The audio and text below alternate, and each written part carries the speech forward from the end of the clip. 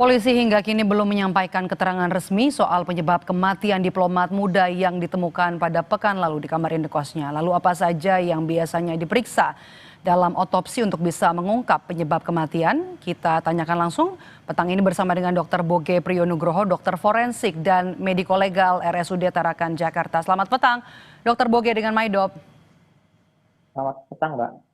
Dokter, untuk bisa mengungkap penyebab kematian seseorang, apa saja yang biasa diperiksa secara forensik? Ya, pertama kita akan melakukan pemeriksaan luar dahulu, kemudian apakah tanda-tanda kekerasan.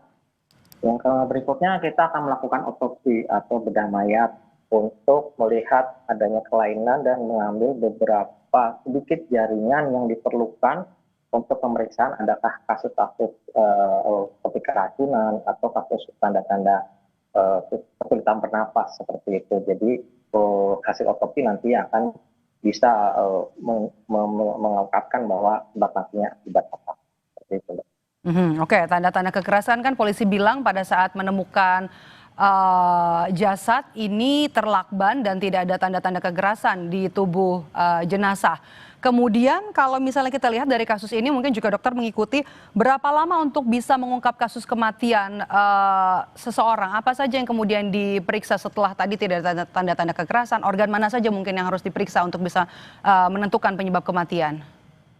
Ya, memang tergantung dari pemeriksaan luar juga ya. Kalau tadi tidak ada tanda kekerasan, kita akan melakukan otopsi, kita ambil beberapa sampel jaringan dari kepala, mungkin juga paru-paru, kerongkongan, dan kita lihat tanda-tanda asphyxia atau tanda-tanda kesulitan bernapas. Seperti itu. Kemudian kita ambil beberapa sampel, kita lakukan penelitian juga, lakukan pemeriksaan juga, penunjang di laboratorium khususnya, juga mungkin akan dilakukan di laboratorium patologi anatomi untuk melihat apakah korban itu meninggal setelah dilakban atau meninggal sebelum dilakban. Seperti itu, dan itu memang memerlukan proses ya, prosesnya itu tidak sebentar, mungkin memakan waktu beberapa minggu sampai 1 bulan. Gitu. Oke, berapa lama kemudian ini prosesnya, dokter? Berapa lama kemudian proses yang paling sulit untuk bisa menentukan penyebab kematian itu apa? Ya, seperti kalau saya lihat untuk kasus-kasus yang ada di tanda-tanda seperti adanya kurang bernapas ya tadi, seperti kasus seperti ini juga itu saya rasa banyak ya yang perlu diambil untuk pemeriksaan jaringan. Selain juga adanya sampel darah, juga adanya sampel urin yang masih tersisa, atau jaringan-jaringan tadi yang seperti saya sebutkan paru-paru, jantung, dan di daerah kerongkongan juga itu melihat tanda-tanda itu tadi seperti ada kekerasan atau tanda-tanda meninggal sebelum dilakukan lakban atau meninggal setelah dilakukan kekerasan seperti ada yang lakukan tadi ya. Itu lumayan cukup lama ya prosesnya, karena memang perlu keakuratan, perlu ketelitian dalam menentukan hasilnya.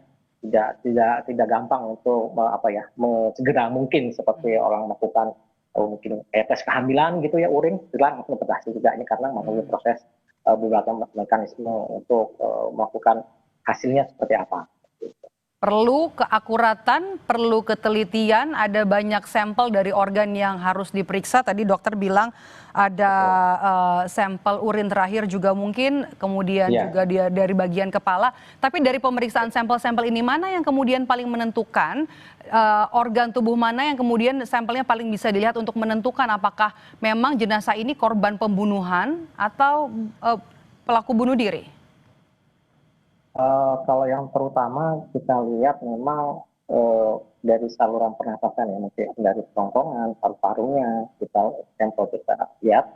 Kemudian tadi seperti darah atau urin kita tentukan juga apakah memang ada indikasi telah dilakukan ada yang mungkin keracunan dahulu ya, atau diracunkan dahulu seperti itu. Jadi tidak bisa spesifik untuk ini karena pembunuhan atau tanda-tanda kesulitan bernapas karena ini. Jadi kita juga melihat semua komponen yang ada di dalam tubuh si korban kita semua periksa dari ujung kaki, ujung rambut sampai ujung kaki ya, untuk menentukan semua sebab matinya yang mendukung ke arah sebab mati. Jadi kita nanti ngambil kesimpulan bahwa sebab matinya karena apa. Oke. Kalau misalnya tadi seperti yang sudah dokter sampaikan, ini perlu langkah kehati-hatian, kemudian juga harus benar-benar diperiksa dari ujung rambut sampai ujung kaki, begitu juga termasuk organ-organ. Yang paling menentukan apa? Apakah kemungkinan dalam otopsi ini ada kemungkinan ketidaklengkapan atau kebutuhan sehingga kemudian membutuhkan ekshumasi, Dok? Saya rasa dari tim forensik pada saat jenazah datang itu sudah diambil untuk keseluruhan yang diperlukan untuk mengungkap kasus seperti ini, terutama dalam menemukan sebab mati. Yang kedua, memang juga kita diksertakan dalam olah TKP karena situasi kondisi di lingkungan tempat korban meninggal ini juga bisa memberikan kontribusi terhadap hasil temuan-temuan kita yang kita dugakan atau kita sangkakan terhadap organ yang akan kita periksa untuk menemukan sebab matinya seperti apa. Oke. Kembali lagi ke sampel. Dari secara forensik ini, apakah bisa diketahui meninggalnya jasad ini meninggalnya sudah berapa lama, dan kemudian untuk bisa membuktikan fakta penyebab kematian ini, sampel-sampel yang diambil untuk sampel penyebabnya karena pembunuhan, apakah sampelnya sama juga dengan apakah memang ini meninggal karena bunuh diri? Sama sampelnya, dokter? Iya, kalau untuk waktu kematian itu insya Allah kita bisa menegakkan dengan beberapa kriteria yang pernah saya lakukan juga. Kemudian untuk sampel-sampel baik itu tadi karena pembunuhan atau bunuh diri itu sama, untuk pengambilan sampelnya sama. Memang nanti ada beberapa teknik atau dalam istilahnya untuk menilai pola lukanya bisa kita tentukan juga apakah mendukung ke arah pembunuhan atau bunuh diri. Oke, untuk kasus seperti ini, dokter, mungkin dokter juga lihat beritanya, ditemukan dengan kondisi meninggal di Terlakban, begitu. Untuk bisa mengungkap kasus kematian atau penyebab kematian, untuk kasus seperti ini biasanya apa yang menjadi penghambat? Apa saja kemudian harus diperhatikan oleh seorang ahli forensik untuk bisa menyebab atau juga mengungkap penyebab kematian? Iya, tadi ya, selain kita untuk otopsi menentukan sebab mati, itu juga kita dibantu oleh adanya olah TKP untuk mendukung seperti itu. Kalau untuk kesulitan sih memang di dalam hal untuk pemeriksaan penunjang, kita perlu tadi kehati-hatian dan penelitian untuk mengungkapkan guna proses kematian.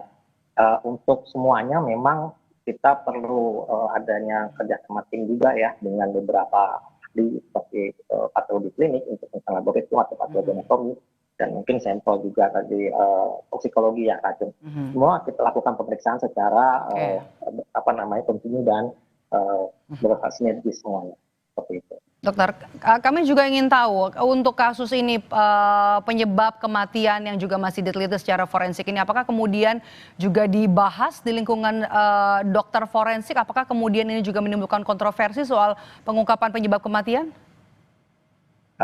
Sejauh ini kami tidak tidak membahas secara kolegium ya, secara perhimpunan. Tapi ini ada suatu kumpulan ahli-ahli forensik yang dimana melakukan untuk otopsi, yang melakukan otopsi itu akan menyimpulkan secara signifikan akan hasil temuan, karena memang ini belum ada kontribusi kami dari perhimpunan. Mungkin nanti juga kalaupun diperlukan nanti kita akan berdiskusi bersama, tapi itu belum sampai ke arah. Baik, terima kasih sudah bergabung bersama kami di Kompas Petang hari ini. Dr. Boge Priyonugroho, dokter forensik dan mediko legal RSUD Tarakan, Jakarta. Terima kasih dokter, sehat selalu. Sehat selalu, Pak.